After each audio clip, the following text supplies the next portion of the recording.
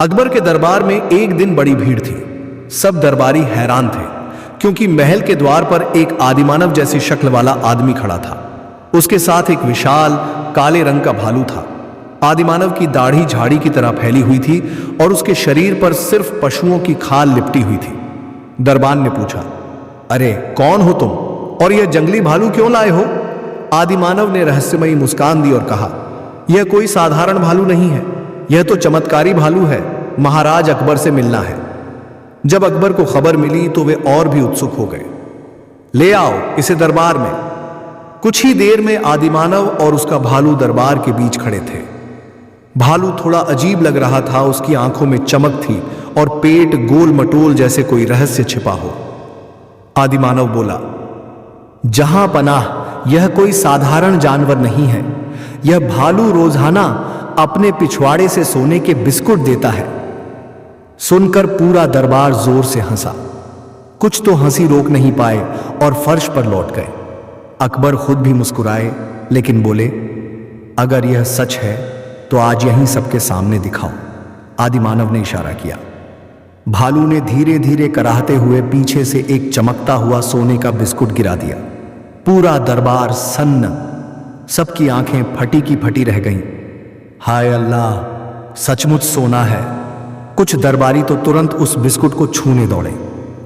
वह असली सोना निकला। अब रोज रोज दरबार में यह तमाशा होने लगा। भालू को अच्छा खाना पानी दिया जाता और वह हर बार सोने के बिस्कुट गिराता। अकबर बहुत खुश थे।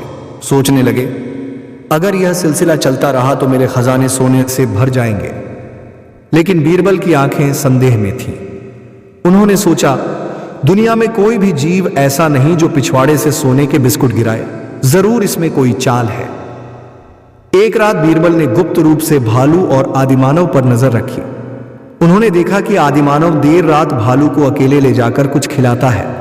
भालू बेचारा कराहता है और सुबह वही अजीब सोने के बिस्कुट निकाल देता है। बीरबल को शक गहरा हुआ। अगले दिन दरबार में उन्होंने कहा, जहां पनाह, मुझे लगता है इस भालू का असली रहस्य किसी और जगह छिपा है। इजाजत हो तो मैं इसका पर्दाफाश करूं। अकबर मुस्कुराए। ठीक है बीरबल, आज तुम अपनी अक्ल का कमाल दिखाओ।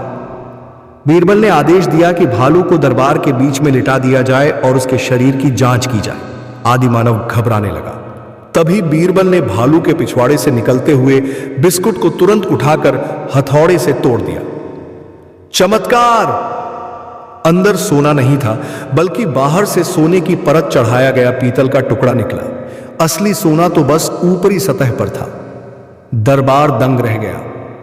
बीरबल ने हंसते हुए कहा, जहां पनाह, असल में यह आदमी रात में भालू को पीतल के छोटे छोटे बिस्कुट निगला देता था जिन पर पतली सोने की परत चढ़ी होती थी।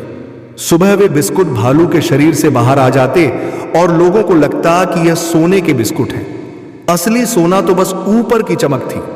अकबर जोर से ठहाका मारकर हंसे। वाह बीरबल, तुम्हारी बुद्धि का कोई मुकाबला नहीं। इस आदिमानव ने हमें धोखा देने की कोशिश की थी। दरबारी भी हंसी से लोटपोट हो गए। कोई कह रहा था, क्या भालू है भाई, बिस्कुट फैक्ट्री ही खोल दी। तो कोई बोला, काश हमारे घर में भी ऐसा भालू होता। आदिमानव की चाल खुल गई और उसे जेल भेज दिया गया।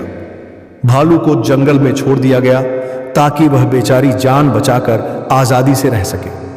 अकबर ने हंसते हुए बीरबल से कहा, बीरबल, तुमने फिर साबित कर दिया कि हर रहस्य की चाबी तुम्हारे पास ही है। अगर तुम न होते तो मैं तो इसे सच मान बैठता। बीरबल ने विनम्रता से जवाब दिया, जहां पनाह, असली सोना मेहनत और ईमानदारी से ही मिलता है। ऐसे जादुई भालू सिर्फ धोखा होते हैं। दोस्तों, कहानी कैसी लगी अपनी राय कमेंट बॉक्स में बताएं और कहानी अच्छी लगे तो वीडियो को लाइक करें और चैनल को सब्सक्राइब करना बिल्कुल नहीं भूलें।